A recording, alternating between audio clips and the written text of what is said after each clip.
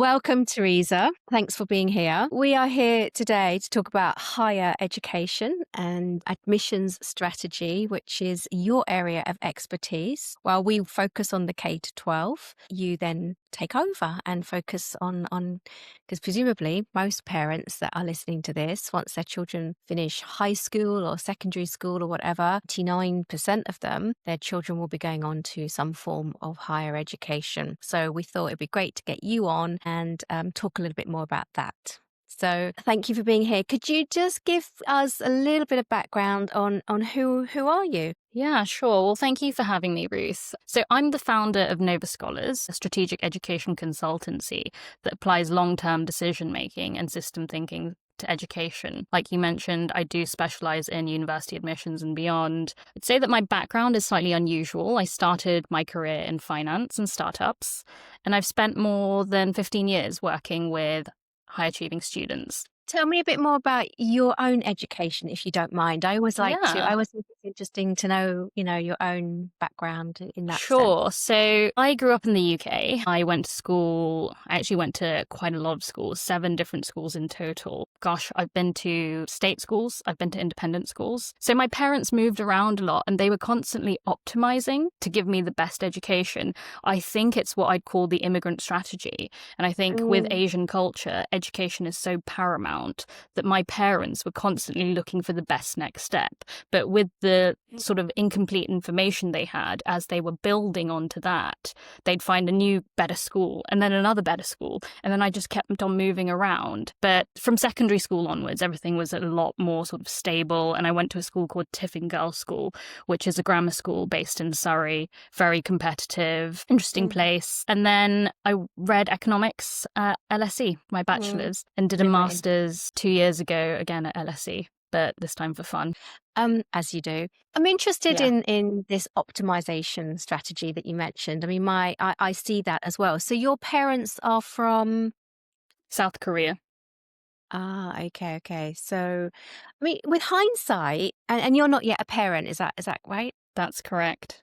But with the parents you work with and with hindsight, what's your comment on their strategy? So that's a really interesting question. And strategy-wise, this is what I think was the really big missing piece. And that actually got me to formalize what Nova's doing today. So my philosophy and my sort of thinking is all around strategic frameworks. And I actually offer 5 different modules for students in strategy, just because I don't think judgment and strategy are being taught to either parents or students. And, my 5 frameworks are actually, around academic strategy compass. There's one called the identity to outcome loop, decision making under uncertainty, long range positioning, and self-efficiency. But I think strategy is something, I think through your work as well, what you do is that parents don't come to you early enough. They sort of optimize for short-term variables. And what I mean is sort of grade optimization, thinking, okay, once I've got the grades, that's done, that's me. And what I really push is that I really try to bust some myths, because grades do not translate into all doors opening. It's really about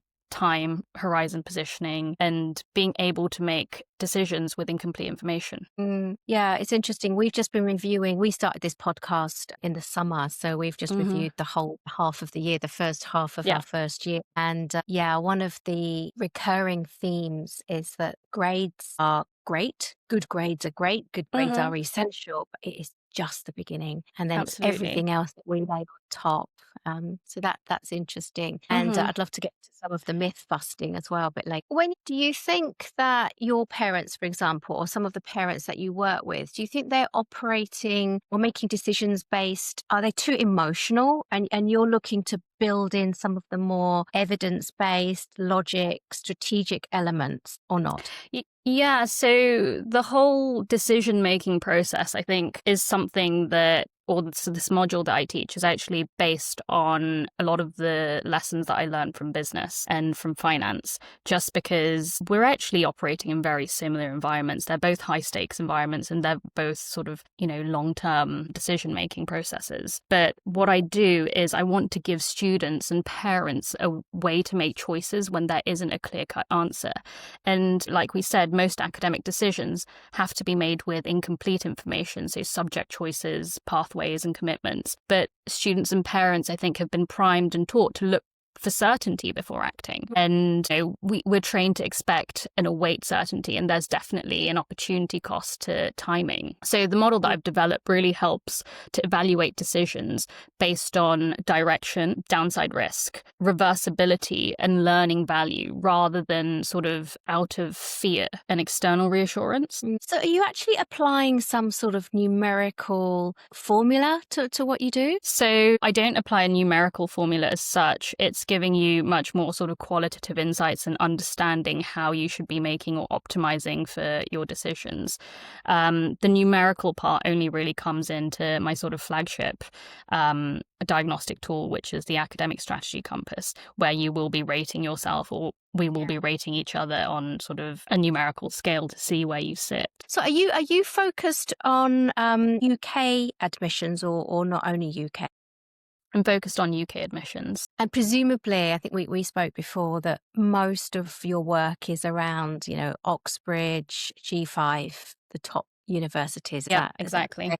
Yeah. Ambitious parents, smart kids. So a lot of parents, they muddle through, they do it on their own. What would you say are they missing in the very beginning? And what does this diagnostic tool that you have, what gaps does that address? Yeah, so this tool, it really starts shifting some mindset. It actually stops students from asking questions like, how much should I be doing? And they start asking questions like, what actually moves the outcome? So instead of assuming, as we were discussing, grades, they're not the direct result of the number of hours you work. We look at sort of the underlying coordinates and components that actually consistently drive performance. And then once you start to understand the effort needs to be targeted, your decision-making process becomes clearer and your outcomes start to stabilize. And I think that's the really important shift that needs to take place. And that's why we actually start with the strategy compass. Okay, I can tell this comes from a business process. A lot of the language is taking me back some years, but it's probably best if we put this in context. Can you give me an example? I mean, let's say, for example, you've got a student who's tracking a B or an A, which isn't going to be good enough. I don't know if you have a recent example that you can use to illustrate this. What does that look like? In terms of how they track on the compass? Well, like you said, you're not like a typical approach would be you're predicted an A and you really need an A. So you need to do more past papers and you do need to just do more and more and more of the same, right? That would be a typical approach, like a tutor type approach. Yes. And you said isn't always the answer. You're going to look more at the outcome, what's going to move the needle. Yeah, so I mean, where I work is actually a layer above that. So I work closely with tutors and subject specialists as well. But because we do this diagnosis where we look at things related to, subject leverage, skill strength, and assessment mechanics, we also look at things like cognitive load. That's where the assessment comes in. And we look at these underlying factors that will actually factor into the output, which is grades. So why are you getting that B? So a lot of the high achieving students I work with, it's really not a matter of effort because they're putting the effort in and they've usually got bums on seats for very long hours. And especially some of the Asian families I work with, they're really quite confused as to what's going on. And a lot of this does come from, I think, the internal narrative you have for yourself and the identity that you create. So we start unpicking some of that to really understand what's going on. And then we also look at, for example, the assessment mechanics and diagnose where exactly it is, what's going on with the past papers. So we get a much fuller, richer picture of the student. Let's take a quick break to talk about something that can make all the difference for your child's educational journey. I'm thrilled to share that this episode is sponsored by Top Schools, your trusted partner in navigating the complex world of school applications. If you're aiming for a top independent school in the UK, Top Schools offers personalised consulting to ensure your child finds the very best fit with a guaranteed outcome. From identifying those best fit schools to crafting standout applications to invigilating the entrance exams, the expert team is with you every step of the way. Ready to take control of your child's future? Visit topschoolsadmissions.com or click the link in the show notes to learn more and book a consultation today. Use the code DESTINATION for 20% off. That code is DESTINATION for 20% off personalised support for entry into a top independent boarding school in the UK. Now, back to our conversation. What does it have you got any examples? Like, what does it look like in practice? So if tutoring isn't the answer, and straightforward tutoring isn't the answer, that what are some of the things that you can introduce that are going to make an impact? Yeah, sure. I don't think tutoring's not the answer. I just think it's a small part of the puzzle that needs to be solved. But for example, I recently had a student, very strong student, that, they felt pressured, or their family came to me and said, "Oh, I feel so much pressure." And for me, they were saying, "I want to give up a particular subject. I want to study economics at university, but I want to give up a particular subject just because I'm feeling a lot of pressure. I don't think we can cope." And they already had a tutor. I think this is a common example because I see strong students actually dropping a stretched subject, not because it no longer serves their trajectory, but it introduces uncertainty, and the discomfort with uncertainty is where a lot of the problems occur. You see a lot of narrowing, which is actually when you reduce future options through what I think are present day decisions. So you start closing doors far too early, and then that limits your sort of pathway to university as well. And also, once you're at university, you can limit career choices. So that's sort of the longer term thinking that I'm teaching. You mean you're referring to things like subject choices, are you, or co-curricular? Yeah, subject choices, co-curricular stuff. It all feeds in because everything that we do needs to be coming from, I think, a place of meaning. It needs to be meaningful and intentional. Well, that's interesting, though, because, again, with the parents that I work with, and presumably the ones that you do too, I mean, it being meaningful is not usually at the forefront of their minds.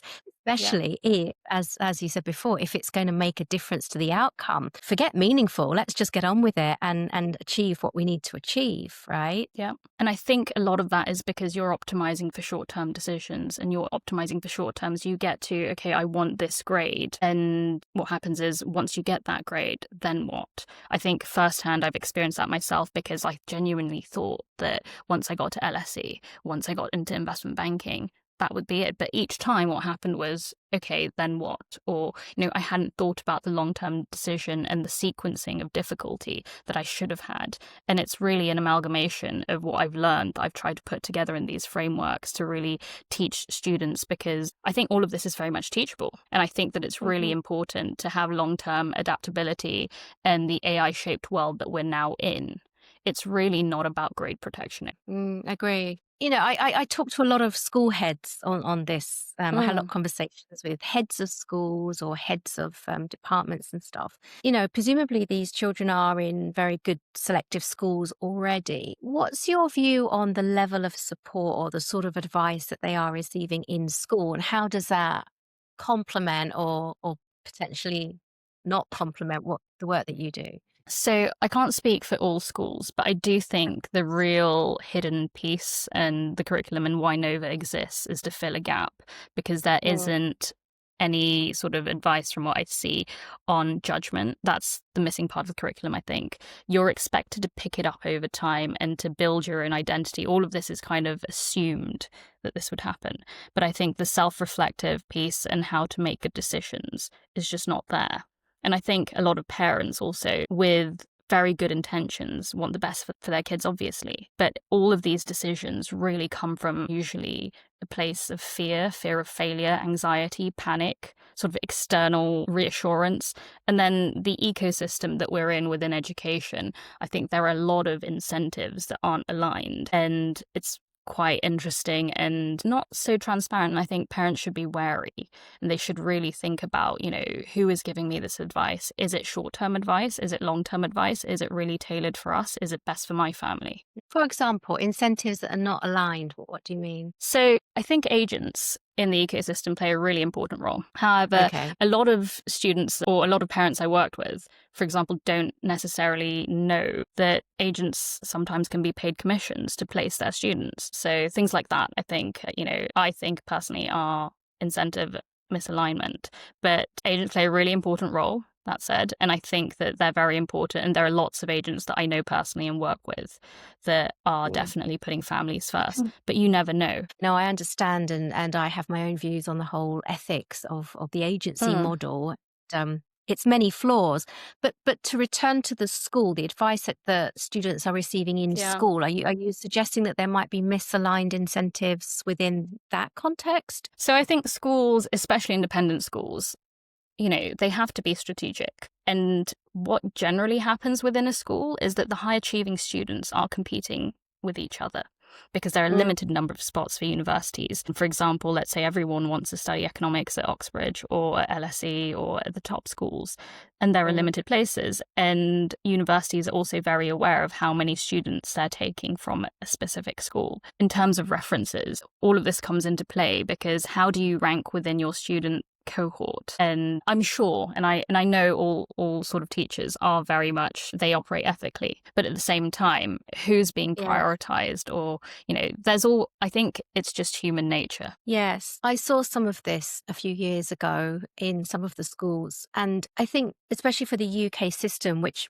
I find is relatively straightforward, at least compared with, say, the US or some other systems. And even in state schools, I think every UCAS applicant, there's a teacher reference attached to it, isn't there? So the school has a huge influence on the outcome of that application. Do you see any difference? Do most of the students that you work with, are they coming from independent schools, or are they also in state schools, say grammar schools?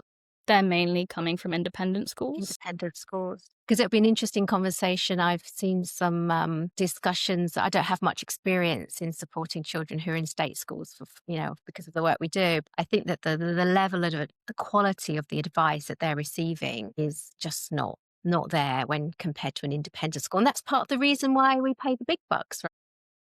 Yeah, I think that's the case. But, I went to a grammar school myself, which is a state school, but it's very much like it's a selective, exactly. So I can't speak for the average state school, but I work with leaders in that space, and they're very much push for resources. They don't have the time for stretch. But having said that, I'm not going to name any names, but there are independent schools and students that I've worked with that have had some really interesting, questionable sort of advice, where I'm thinking, do you want this child to get into that school? And then because the student comes from an international background, they're not necessarily fully aware that the information that they've received is incorrect. I'd go so far as saying incorrect. It really reduces your chances of getting into both those schools. But really basic things can come up. So, for example, I think a really basic thing is that in the UK, you have one personal statement to apply to university. So the advice that I generally give to my students is that you want to streamline this as much as possible, so it doesn't look like you're applying for a very specific course. So, for example, if you want to study economics, you write an economics statement. But then I don't think it's ideal to be applying for management and accounting and all of these other sort of subjects that I would say are very different to economics. And in your personal statement, if you start having things about finance or management in an economic statement, it's very evident that you're trying to spread yourself thin, or that you're trying to apply or hedge your bets. And naturally, that's what we want to do. And that's why we have, insurance places, and that's why we have our top sort of stretch universities. But yeah, I think strategically that's just incorrect, and you're not maximizing chances for the student. And I really question, I wonder why. Why would you be giving advice like that? The advice I've always heard is that you shouldn't apply for courses that are quite different, because you've only got one shot at the personal statement. So, yeah, you would agree with that. What sort of insight do you have into the way that the university admissions views the application? Do you have any, because for example, for us, we have to be talking to our admissions directors all the time, so we understand their point of view and how they're viewing our candidates. And do you have that same luxury of being able to get a glimpse into the other side? I mean, I do have contacts within the admissions space, but now I think a lot has shifted, because a lot of it in the past has just been about, once schools have reputations around, okay, this school you can get into, this university you can get into as long as you have solid academic background and a solid academic footing, whereas some schools specialize more in making sure that individuals are well-rounded. But I think that universities are trying to very much compete to have the best candidates, and what the best candidate is really depends on the university.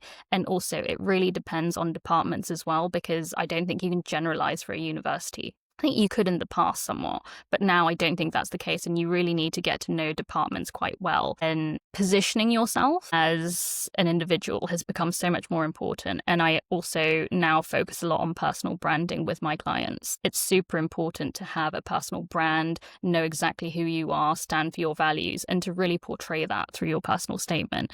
And also social media, just because it's such an incredible tool, it really can amplify what you do and really showcase that. Do you think the admissions in the universities are effectively Googling the children's names and their school and finding their accounts and looking at their content? I'm not going to say that they do that or say that they don't do that. I think it really depends, but I wouldn't rule it out when it comes down to, two students that look very, very similar. You're going to look at the sort of footprint they have. You might look at what else is this student bringing. Yeah, I mean, I would. It makes perfect sense to me. I mean, as an employer, that's exactly what we do, right? We're not talking about the same volume of application. And interesting to hear you talk about personal branding for like a 17-year-old. Can you give us any more like insight into what you mean by that? So what I mean by personal branding is what I really sort of come back to preaching myself about, really understanding who you are as a person. What is your narrative? What is your identity? I think in the US, a lot of the application process is about personal branding and narrative. What is your academic story, or what is your story?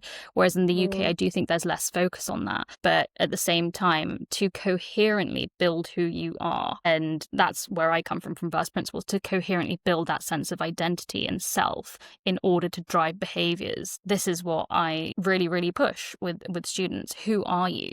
Who are you becoming? What beliefs do you have that transform into these outcomes? Or why are you getting these grades? It really goes back to all of this. Yeah, I mean, it's a lot to expect of a 17-year-old, isn't it? I guess you need to start earlier. Is it a lot to expect from a 17-year-old? Don't know, because I think the world has shifted so much. Because I remember when I was 17, and I'm not sure personal branding was even a thing. I just don't remember personal branding. I don't really remember social media. It was Facebook at best. And on Facebook, we were throwing emojis around. Nowadays, students are on LinkedIn. Students are really producing content. I think the way they see the world is just so different, and they have the help of AI, and that really amplifies and accelerates things for them, and they know how to use these tools almost instinctively. That I think it's not even an ask sometimes with 17-year-olds. They're quite happy to get on with it, or they learn the principles of what this means for them, what value they can actually accrue from it, and then we shape that, and then we make it very individualized for them, and they run with it. So I'm not sure that it's too much to ask.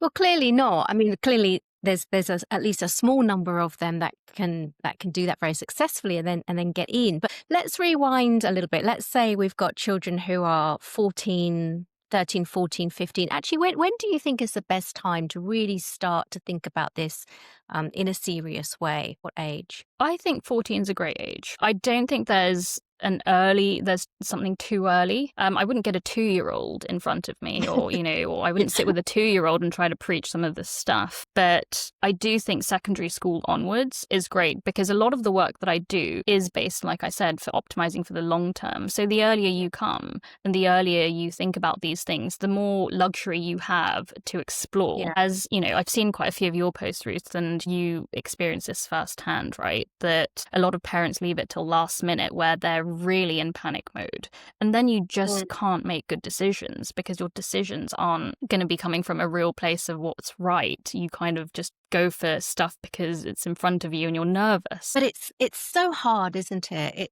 It's like being a parent. I mean, you don't know what it's like to be a parent until you are one. I mean, I always say that the day I gave birth, or let's say 6 months later when I came up for air and realized, it's when you turn to your own parents and you think, wow, you have this whole different level of appreciation and respect for your own parents.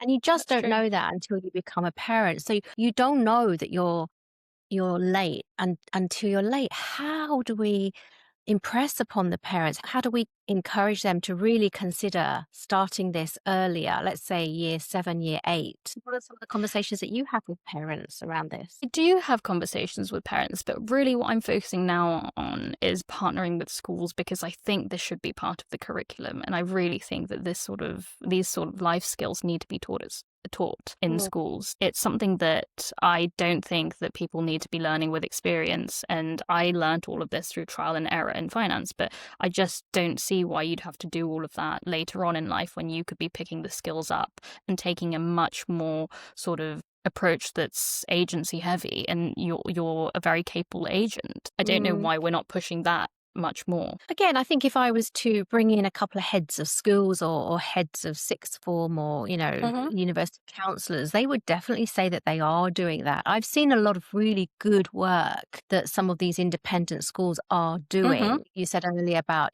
for children to use to really understand who they are. I mean, they start offering like psychometric testing now, maybe a wee bit late, I think at least in year 10 or maybe year 11. Just speaking for example, if I think of just my own two children, just to keep a narrow field of reference, they went to different schools and I was impressed with both of them sort of differently. I would imagine you might receive a little bit of pushback from schools because they would say exactly what I'm saying. They would say, but we're already doing that. Right? Yeah, arguably some schools are, but I think to differing degrees. And also my argument is that if schools are 100% doing this, then I should be out of a job technically. But I think one thing is that, there's a lot of data. It's not that schools don't give you the data, but it's what do you do with this data? What I offer is the framework and the architecture that you build around that data, because you receive all of this psychometric testing data. But what do you actually do with that? How do you translate that into real outcomes? And I give you the tools to do that.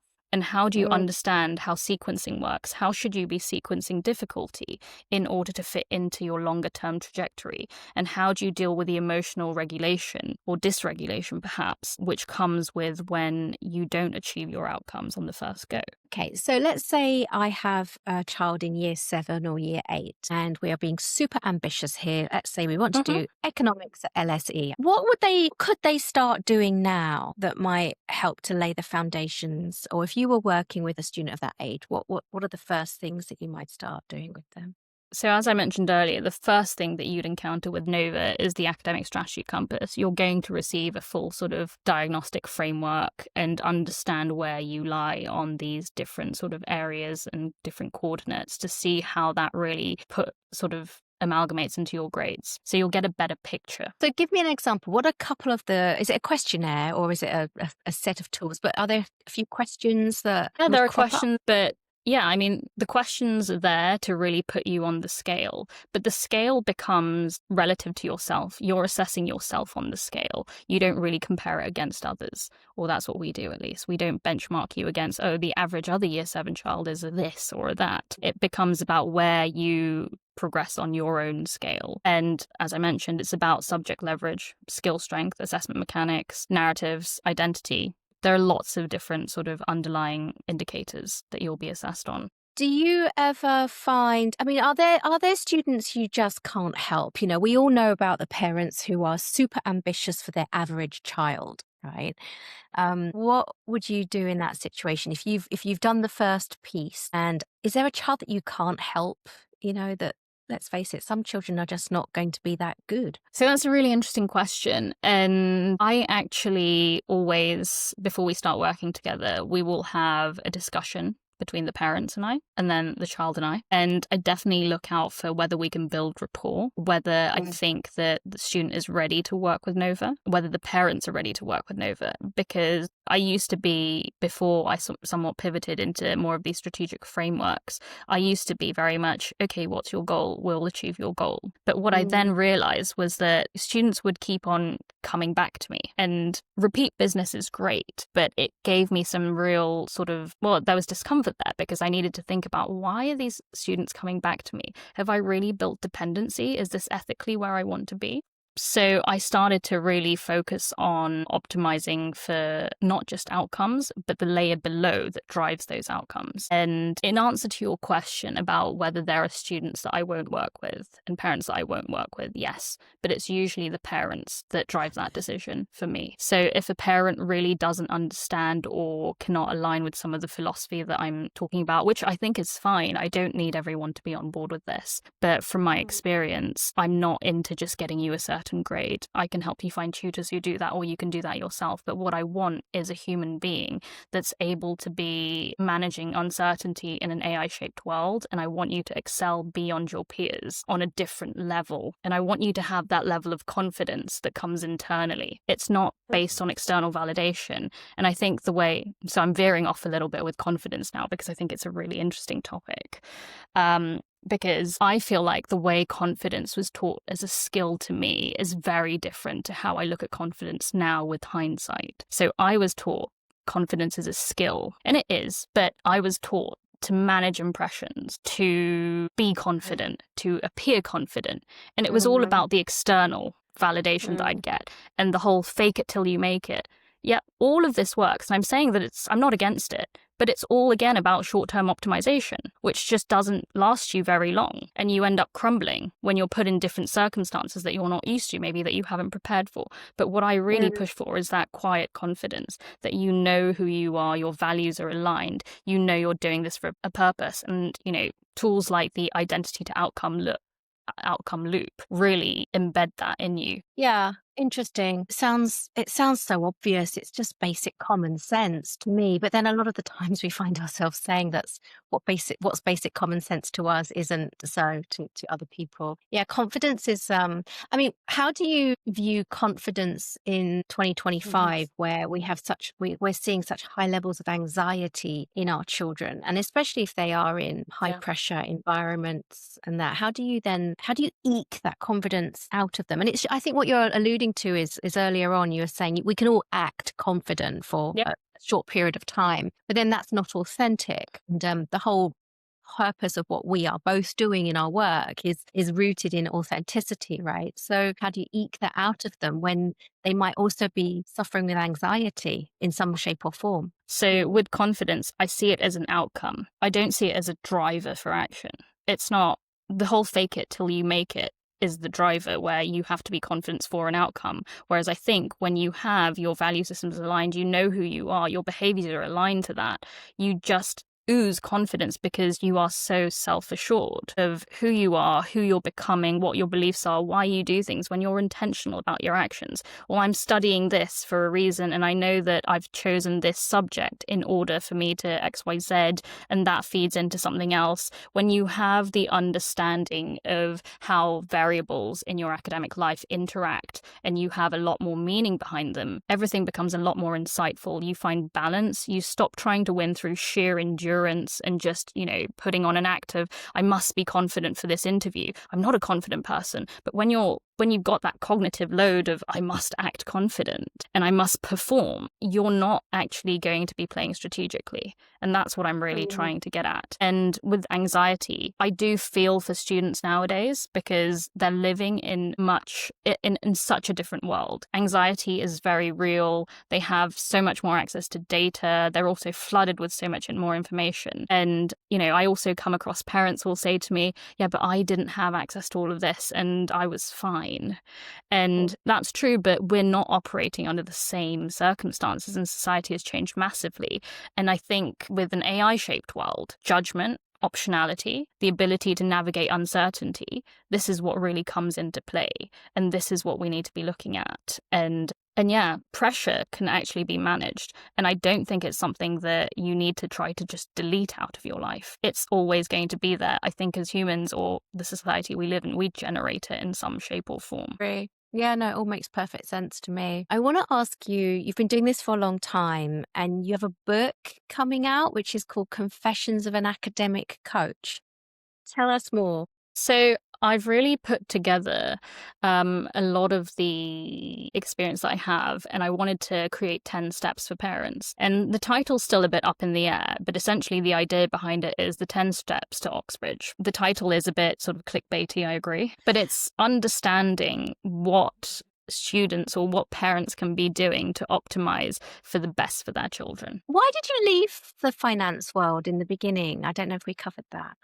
It was honestly one of the hardest decisions, and it took a lot of, I think, with hindsight now, courage to step away, just because my dream was to be an investment banker. at a big Yeah. bulge bracket American bank, and I was sure that this was where I was going to die. If I was going to die, I was going to die in an investment bank. And this is what I wanted. And when I got there, I quickly realized that the reality was so different. And I think for me, again, a lot of this informed my work, but was realizing and accepting who I really am. And I'm just not that person who enjoys being in front of a screen. I love interacting with people. I really love making and seeing impact. And I think for a very long time, I had the coaching, like academic coaching in my life in some shape or form, academic consulting, but I never went full time into it and really tried to scale the business. And that's what I was really missing, because I wasn't finding joy in crunching numbers. I wasn't finding joy in doing slides and PowerPoints at 4 a.m. What I really wanted to do was be with people and make a difference. And I think once I could accept that about myself, that's when I was just thinking, okay, you know what, it's time for the leap and it's time to do something different. But it was hard because a lot of my peers, you see them sort of moving up and you see them going through that structure of 3 years of being an analyst, 3 years of being an associate. It's a lot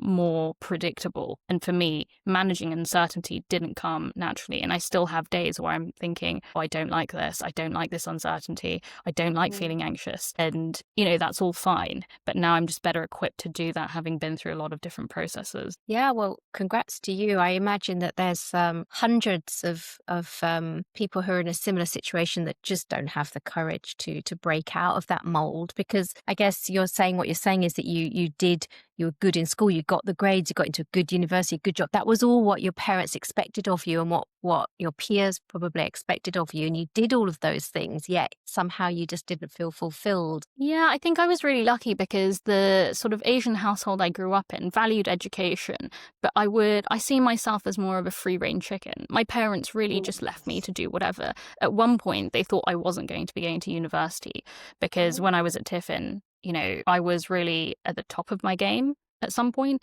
and really at the bottom. So I've been in bottom sets, I've been in top sets. I feel like I've seen it all. So I can really empathize with the whole scale and I know what it takes to get into different brackets and I know what it feels like as well. But having said that, yes, I do also work with people who are in early stages of their career because I think there's not a lot of support around that and it's a nice extension from university. And I think I didn't explore enough at university, different career options as well. I think there could have been better areas of finance that might have kept me in finance for longer. But the path that I chose, I just really thought this is the hardest place to get in. This is the best place. It pays well. And that's what I really optimize for. And this is why I think a lot of my work now and a lot of the frameworks that I've built are really built on my experience and how I think I've seen my peer group and other people around me through trial and error crash and burn. And I think crashing and burning is all good.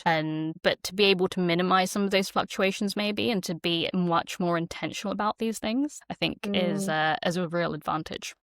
You were at Morgan Stanley in M&A, is that right? That's right, yeah. So was I, but I wasn't on the banking side, but I started at Morgan Stanley in 89. And I saw some of the analysts who were very young in their 20s and just incredible, not in a good way. It's character building stuff. I don't regret it because it really taught me so much. And I think those lessons were absolutely invaluable. And I have some great memories, both good and bad. Oh, no regret. Yeah. But it was an interesting time. And I think things have actually changed quite a lot as well nowadays in M&A. Good. So it's not all the same, but I think the characters that go towards it are quite similar. Just to end then, Teresa, I mean, a lot of the conversations that we're having are about the future of education and whether or not university is even really the most desired outcome for many of our young people these days. What do you think it's going to look like? Let's fast forward, say 5 years. What do you think? I think with where things are going, right now, information and execution are just becoming much cheaper because of AI and how quickly it's developing. But what happens when you have this kind of technological change is that judgment becomes a scarce skill. And as a result, I think individuals and students and parents who can exercise good, sharp judgment are the ones that are going to end up doing better let's say. And where does this come from? It doesn't come from not going to university. It comes from going to university. I think a good education is still very important, and going to university teaches you a lot that you don't necessarily get online, perhaps. But that's not to say the school of life doesn't teach you. But I still think that good universities are not going to be out of fashion anytime soon. And I think that people who know how to manage this uncertainty and judgment are going to be a lot better off. Yes, I agree. I think the consensus is that those human skills that can't be done by AI are what will be valued more and more. And so you're saying that those experiences that children have at 3 or 4 years at university, maybe those experiences will change. I mean, it's interesting. I'm seeing like my own children first and second year at uni. I mean, the amount of time that they're actually in lecture halls or tutorials is minuscule compared to that. So what I think what you're saying is that the whole experience, they're there 7 days a week for 6 to 10 weeks on, a stretch. Then it's all of the other things and all the how they spend their time at university, which is going to be what's going to add the value. Yeah, and that's very true. And not a lot of the time is actually, I think the UK education system is pretty special. It's not about being in lectures. A lot of it is self-directed study. So it feels very optional at times. It's not, because you end up not being able to pass your exams if you think it's that optional. But it feels very optional. The onus is on you. And I do see a lot of students crumble when they get to university because they suddenly have too much time and they don't know how to use it. And they don't know what they're doing and they flounder. And this is why, again, a lot of the sort of formalization of work that I've done is so important, because you need to have that clarity. You need to have a better strategy structure. And, I teach networking, because I think that's a skill that also should be taught at schools. And that's a lot of the stuff that you should be focusing on when you're at uni, when you have this time, because you will never have so much time than when you're at uni. Thanks for listening. If today's episode sparked questions, or if you're ready for support with UK boarding school admissions, we're here to help. Reach out to us at www.topschoolsadmissions.com or follow the link in the show notes. Your child's exceptional UK boarding school educational journey starts with a conversation, so let's have a chat.